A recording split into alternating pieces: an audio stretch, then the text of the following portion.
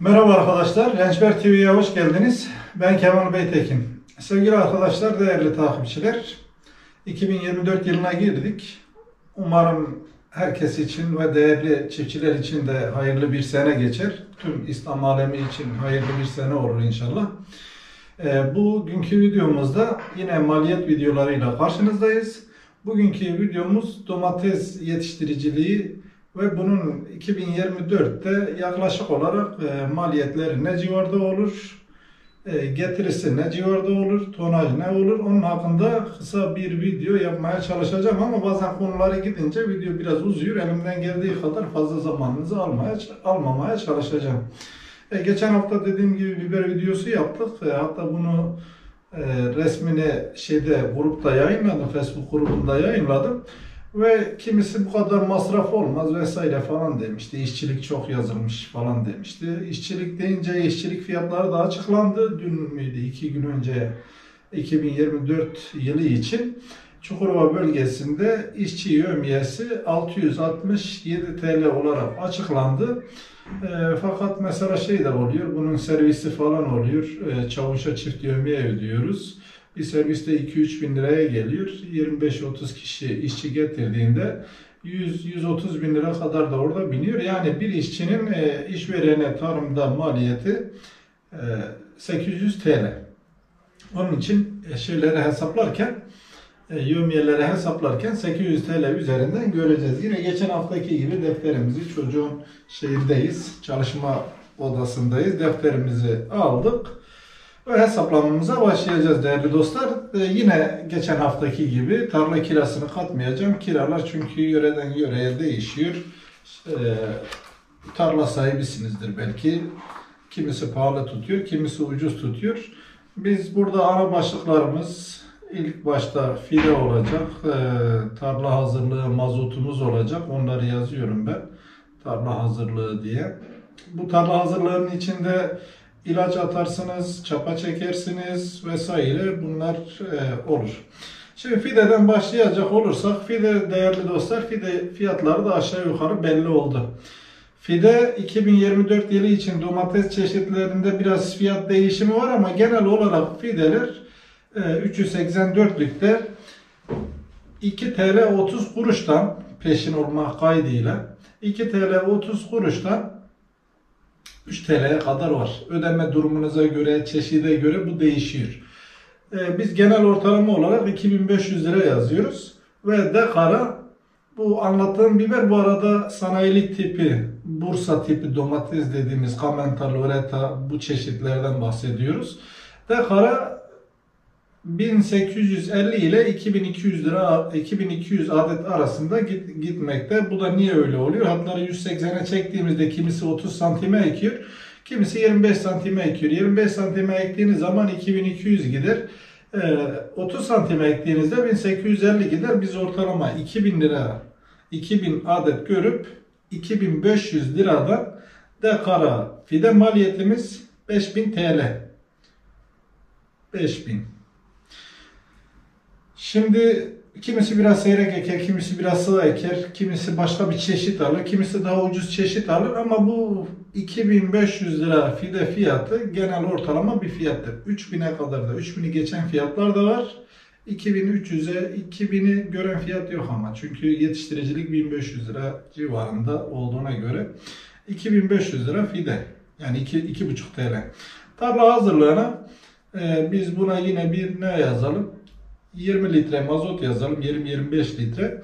Bunu hem tarlaya hazırlıyorsunuz, hem ilaç atıyorsunuz, tarlaya gidiyorsunuz, geziyorsunuz, işçi götürüyorsunuz. Tarlanız yerleşim alanından uzaktır. 25 litre yazdığımızda tarla hazırlığına 1000 lira mazot ücretimiz gidecektir. Ondan sonra damlama meç. Damlama ile meç naylonu 15 kilo meş naylonu gider. Meş naylonu şu anda 44 lira ikinci kalite. Peşin fiyatlardan bahsediyorum. 44 lira ile 55 lira, 58 lira arasında değişmekte. Biz bunu da 50 liradan göreceğiz. 750 lira meç, 750 lira da damlama, 1500 lira bir damlama masrafınız olacak. Bu arada sizin borularınızın, dörtlük borularının, 75'liklerin, ahtapotların vesaire onların olduğunu varsayıyoruz değerli dostlar. Fidemiz var. Zaten tarla bölümünü boş bırakıyoruz. Tarlayı soru işareti ekledim. Fide, tarla, damlama, meç. Ondan sonra hayvan gübresi genelde domatese atılmıyor. Atılsa iyi olur. Onu hiç yazmıyoruz. İşçilik değerli dostlar. İşçilik 2500 tane, yani dönümünü bir yövmiye, 1,5 yövmiye ile ekersiniz. Ondan sonra bir otu falan oluyor. Sulaması oluyor. 3 yövmiye gidiyor. Tarlanız çok otlu olur. Bunu 5'e çıkarırsınız. Ama tarlanızda ot olmaz. 3 yövmiye gider. İlaç atmaya gidersiniz. Sucusu var vesaire var. Bunu da toplamaya kadar işçilik, toplamaya kadar işçilik. 3 yövmiye yazarsak, 3 yövmiye de aslında biraz az olabilir. 4, çünkü 5'e kadar veren var. Neyse biz bunu 3,5 diye görürsek yine 800'den ne yapıyor? 4 yövmiye olsa 3200. Biz bunu 2500, 3 yövmiye yazalım. 2500 TL. Toplamaya kadar olan işçiliğimiz de 2500 TL. Ya 500'lükleri boş ver. 3000 TL. Otumuz çok olur. Vesaire. 3000 TL dediğimizde zaten 4 yövmiye yapmıyor. 3,5 yövmiye. Bunları da yaptıktan sonra sulama gideri. Sezonda sulama gideri bölgeden bölgeye değişiyor. Şimdi sulamaya ben 4000 lira yazıyorum. Kimisi çok diyor, kimisi az diyor. Her kafadan bir ses geliyor. Ama ben genel ortalamayı yazıyorum. Siz bunu kendi tarlanıza göre uyarlarsınız. Elektrikle artezyandan çekiyorsanız bu sene dekara 2500-2000 lira su gitti.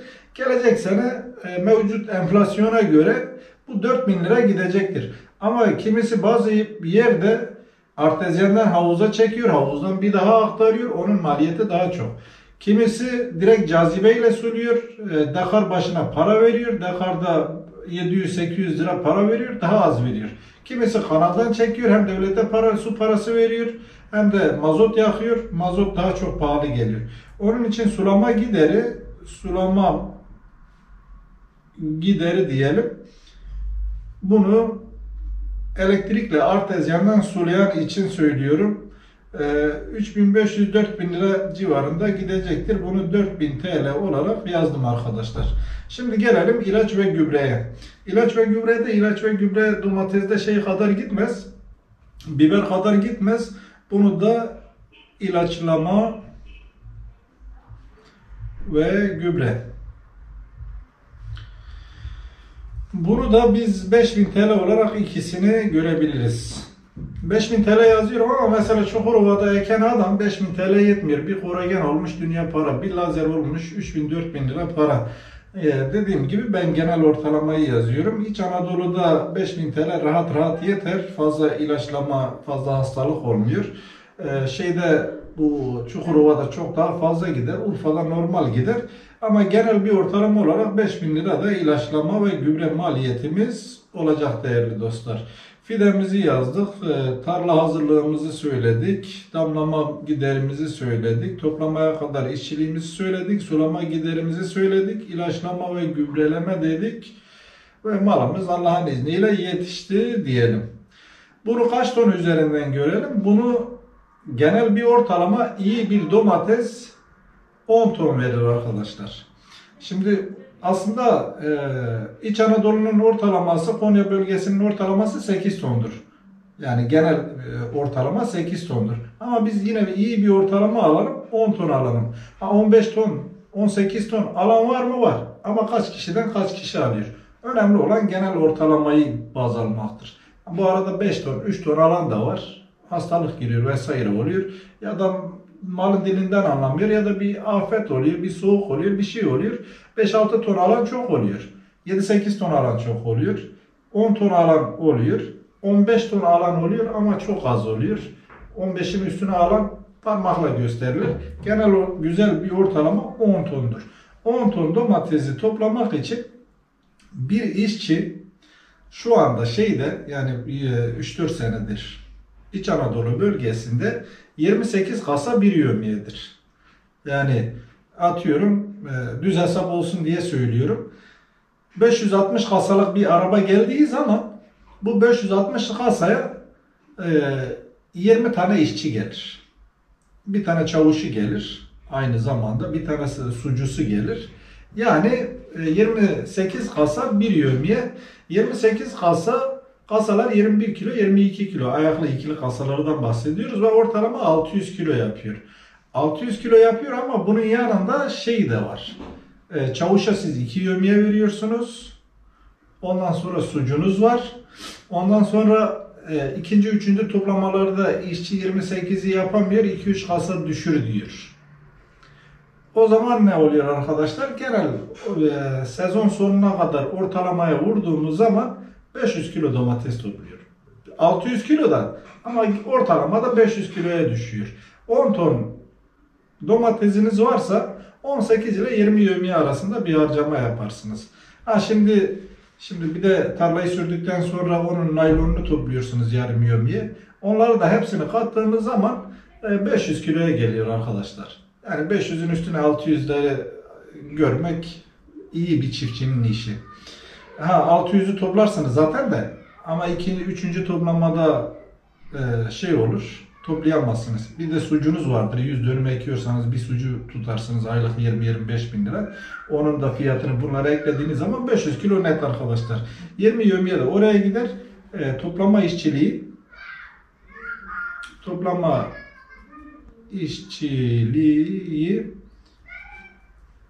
670 diye servisi 800 olarak görüyorduk. 20 yevmiyemiz 16.000 TL. 16.000 TL de işçiliğiniz olur. Genel bir toplama yapalım. Unuttuğumuz bir şey var mı? Unuttuğumuz bir şey olursa yorumlarda yazın arkadaşlar. Fide 5.000 TL, tarla hazırlığı 1000 TL, damlama ve meç 1500 TL, toplama işçiliği 3000 TL, sulama gideri 4000 TL, ilaç ve gübre 5000 TL, toplama işçiliği 16.000 TL. Bu söylediğim rakamlar minimuma yakın rakamlardır. Bunun üzerine çok kişi çıkıyor. Çünkü niye? Çünkü burada belirteyim. Meç makineniz yoktur, traktörünüz yoktur. Birçok işi kirayla yaparsanız maliyetiniz artar. Bir de bunun görünmeyen masrafı var. Görünmeyen ne olabilir ki diye yorumlarda biri yazmış arkadaşlar. Görünmeyen çok şey olabiliyor. Görünmeyen masraf %5'tir her zaman. %5 ile 10 arasında değişiyor. Bu görünmeyen masraflar da nedir sizi izah ettiğimde bana hak vereceksiniz. İlaç atmaya gittiniz, holderiniz bozuldu. Sanayiye gittiniz, geldiniz, işiniz avara oldu. Mazot yaktınız, sanayide 5.000 lira masraf çıktı, 5.000'lik oldunuz. Traktörle gittiniz, traktörün lastiği eskiyor. Amortisman kullandığınız ürünlerin, yani malzemelerin amortisman gideri var. Traktörün lastiğini değiştirdiniz, lastik patladı, tarlaya gezmeye gittiniz, misafiriniz geldi, tarlaya götürdünüz. Yani vesaire bunun gibi görünmeyen birçok hesap olabiliyor. Fideyi ektiniz, bazı yerlerde kurt yedi, tekrar biraz daha fide getirdiniz. Bir hastalık çıktı, ekstradan bir ilaç daha attınız. Bunlar görünmeyen masraflardır. Hesapta olmayan işler yani. Bu hesapta olmayan işler de %5 ile 10 arasında tutuyor. Ben yine bunu %5 olarak yazacağım. Ama %5 olarak yazmadan önce bir toplamı bilmem lazım. 5.000, 6.000 damlama ve meç, 6.000, 7.500, 10.500, 14.500, 19.500, 36.000. 36.000, 2.000'de görünmeyen masraf dediğimiz zaman 38.000. Şimdi tekrar bir hesap edelim, gözden geçirelim. 5.000, 6.000, 7.500, 10.500, 14.500, 19.500, 19.500, 35.500, 37.500, 37.500'ü fazla yazmışım. 37.500. O zaman damlama ve melçeği 2.000 liraya yapalım.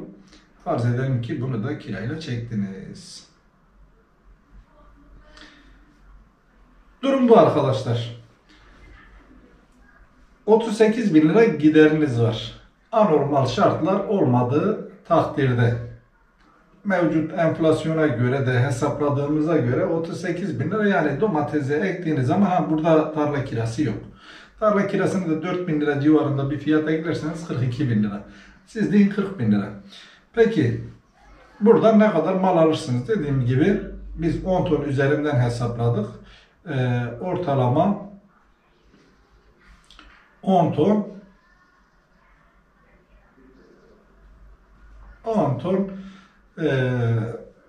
tarla kirasıyla birlikte 42.000 lira, 4.000 lira da kira yazalım. Evet, tarla kirasıyla birlikte 42.000 lira, kilo maliyetiniz 4 TL 20 kuruş. Kilo maliyet 4.20 TL. Hesap bu arkadaşlar. Fiyatları olabildiğince çok abartmadan yapmaya çalıştık. Maliyetimiz 40 TL, 40.000 TL, 42.000 TL. Ortalama güzel bir tonajda 10 ton, kilo maliyetimiz 4 TL. Peki çiftlik bu durumda para kazanabilir mi? Para kazanabilir. Kilosunu kasalık, şimdi bu 10 ton domatesin hepsi kasaya girmiyor. Bu 10 ton domatesin 2 ağzını ya da 3 ağzını topluyorsunuz, kasaya, hallere gönderiyorsunuz. Kalan 3 tonunu da 2 tonunu da malınızın kalitesine göre bunu da dökme olarak tırlara yükleyip salça fabrikasına gönderiyorsunuz. Bu sene Ereğli'de, yani 2023'te Ereğli'de 7 liradan başladı. Turfan'da ilk için çıkaranlar.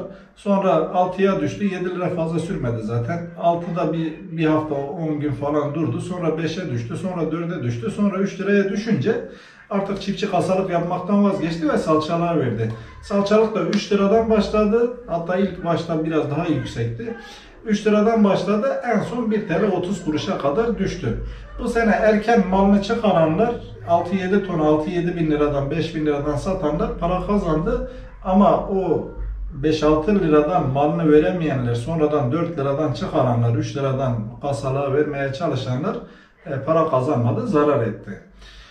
Bu şartlarda ekilir mi? Gelecek sene Ereğli bölgesinde ekimin biraz az olacağını tahmin ediyoruz. Ama öte taraftan Urfa bölgesinde, Vahatoy bölgesinde, hatta Adana bölgesinde ekimin çoğalacağını tahmin ediyoruz. Yani geçen sene Konya Ereğli bölgesi, şimdi İç Anadolu'nun hepsine biz Konya Ereğli diyoruz.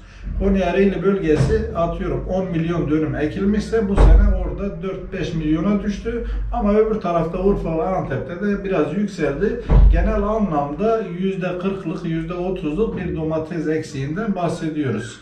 Ne olur bilemiyoruz. Allah bilir. Fiyatlar hakkında hiç kimse bir yorum yapamaz. Ama çiftçilik sürdürülebilir bir iş. Eğer sürdürülebilirden kastım yaptığınız işi her zaman bir ürün ya da 2 ürün ekiyorsanız ya da 3 ürün ekiyorsanız her zaman istikametinizden şaşmadan o ürünü sürekli ekerseniz pazarınız genişler. O ürün hakkında olursunuz, uzmanlaşırsınız ve bazı seneler para etmeyebilir ama bir de para eden sene, iyi para eden seneye denk geldiği zaman güzel paralar kazanırız. Her zaman biz şikayetçiyiz. Bu da gerçeklere dayanaraktan da doğru, biz şikayetçiyiz ama beklentilerimiz çok yüksek. Yani 30 dönüm bir ürün eken adam o 30 dönümden 2-3 milyon para bekliyor. Öyle bir para yok arkadaşlar. Bazı senelerde birine denk gelir, 3-5 kişi o parayı alabilir ama öyle bir kazanç yok. Mesela bu sene biberde çok güzel paralar kazanan oldu. Ama zarar eden de oldu mu? Bu senede zarar eden pek olmadı ama kimisi zarar ettim diyor da az kazanan oldu. Netice itibariyle çiftçilik güzel bir iş. 30 senedir yapıyorum. 30 senedir yapıyorum. Evimi de aldım, arabamı da aldım. Traktörümü de aldım. 7-8 kişilik aileye bakıyorum. Çok şükür bu paralar nereden geliyor? Çiftçilikten geliyor. Dolayısıyla kazanıyoruz. Bir sene kötü olur, bir ürün kötü olur, biri iyi olur ama genel olarak geriye baktığımızda çiftçi kazanıyor arkadaşlar. Son 2 senedir biraz zorlanıyoruz. O da doların yükselmesinden, enflasyonun yükselmesinden, girdilerin ve işçiliğin yükselmesinden dolayı zorlanıyoruz. Ama inşallah bunlar da gelir geçer. İktisadi konular bir şekilde düzelir, bir şekilde hallolur. Ahlaki olarak çökmeyelim. Bu yeter arkadaşlar. Beni dinlediğiniz ve izlediğiniz için teşekkür ediyorum. Başka hangi videoları istiyorsunuz? Maliyet videolarını, onun videolarını da yapacağım. Bu şeyin de listenin de resmini çekip videoya yerleştireceğim. Yeni videolarda görüşmek üzere. Hoşça kalın, sağlıcakla kalın. Bu arada bir hatırlatma yapmak istiyorum. Kanalımız 93.000 takipçimiz var. %80 hatta %90 izleyenler abone değil. Sizden eğer bir abone olursanız bu sene inşallah sizin sayenizde 100.000'i de geçelim. Ve yeni videolarla devam edelim arkadaşlar. Hoşça kalın, sağlıcakla kalın.